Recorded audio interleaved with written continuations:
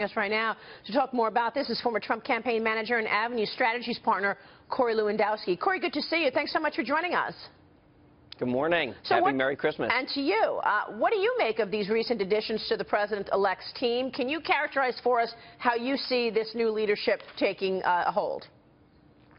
Sure. I think what you see with Kellyanne Conway, who I think is a fantastic person to add to this administration, is someone who has the opportunity to go directly to the president to make sure that he's getting the best advice possible.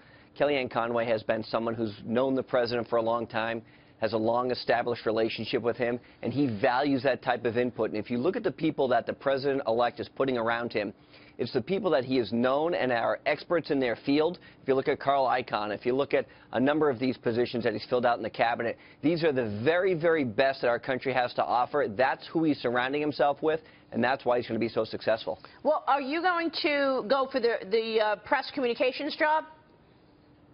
No, I'm not going to do that. Look, I'm very, very happy. I've had the privilege of working for the president-elect during the campaign for 18 months, and I think what I'd like to have the opportunity to do now is to help bring some of that change to Washington, but to do it from the outside of the administration. And really, look, he has a massive agenda which he needs to get through Congress if he's going to be successful. I want to help on the outside, coordinate those activities, and make sure that people who are with his agenda have a voice, and make sure that we can encourage those people in Congress to move his agenda forward. Hey, Corey, it's Robert. Congratulations on your new move, and more importantly for putting the Carlos Slim and Donald Trump meeting together. I think that was surprising to see it happen, and I think everyone was glad it happened.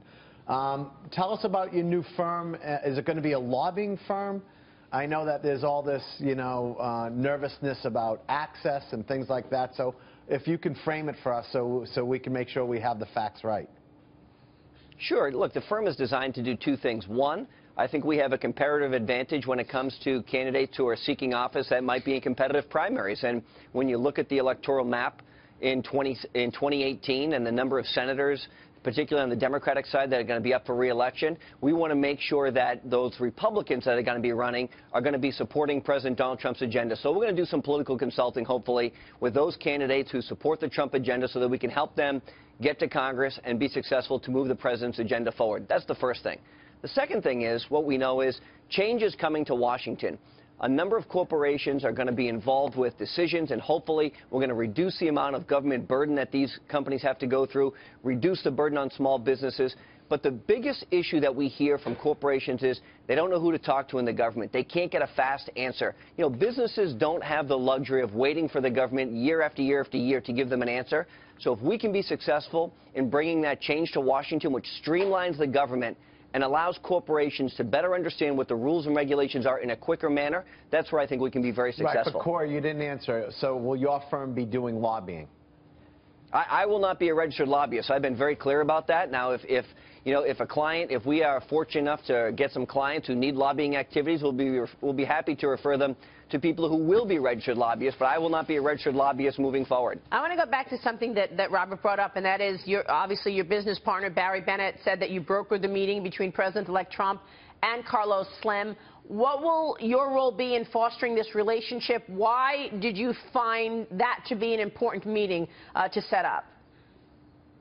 Look, my opportunity there was I had the privilege of meeting with Carlos Slim. He's obviously a very successful individual, and I think if we can bring our country's relationships better, Donald Trump has already been to Mexico, met with the president while he was a candidate for office, talked about the need to make sure that we're working together for jobs, renegotiating trade deals so that the American worker has every advantage. America first is the most important thing. But if you look at the individual that Donald Trump is meeting with, he's met with Bill Gates, he's met with Carlos Slim, he's met with a lot of industry titans. We've seen him meet with all the Silicon Valley executives, and it's about making sure that America is put first and making sure that our economy is growing, not just at the 1% or 2% that it has been, but at the 3%, 4%, and 5%. If that means making investments in our country from foreign governments, we saw Donald Trump has already negotiated a deal where $50 billion is going to be invested and 50,000 new jobs are going to be put here in the United States with an outside investment agency.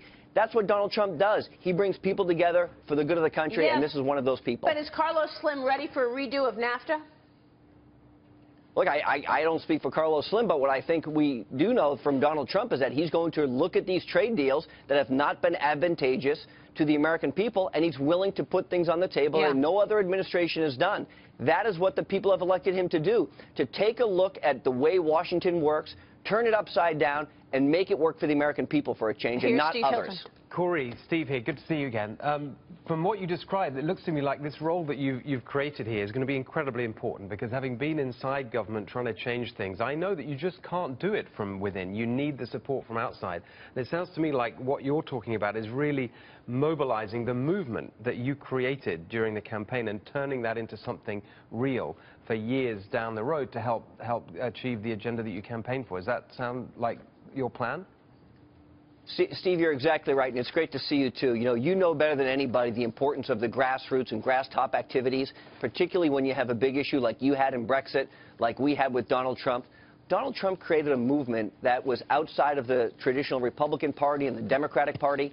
He gave a voice to people who haven't had a voice for a long time. And what we want to do is we want to make sure those people continue to have their voice. So as his agenda moves forward through Congress, we want to make sure the American people can continue to be heard, that voice can be brought to Washington to say, we want fundamental and wholesale change, because that's what we voted for. And if we can help on the outside coalesce that, bring that together, and bring that power to be the power of the American people to Washington, because Washington has forgot about the American people. They can't forget anymore, and we want to be part of the forefront of making sure that the Trump agenda is accomplished, and the only way to do that is to be on the outside. All right, Corey, we'll leave it there. Good to see you. Thanks so much. We'll be watching the developments.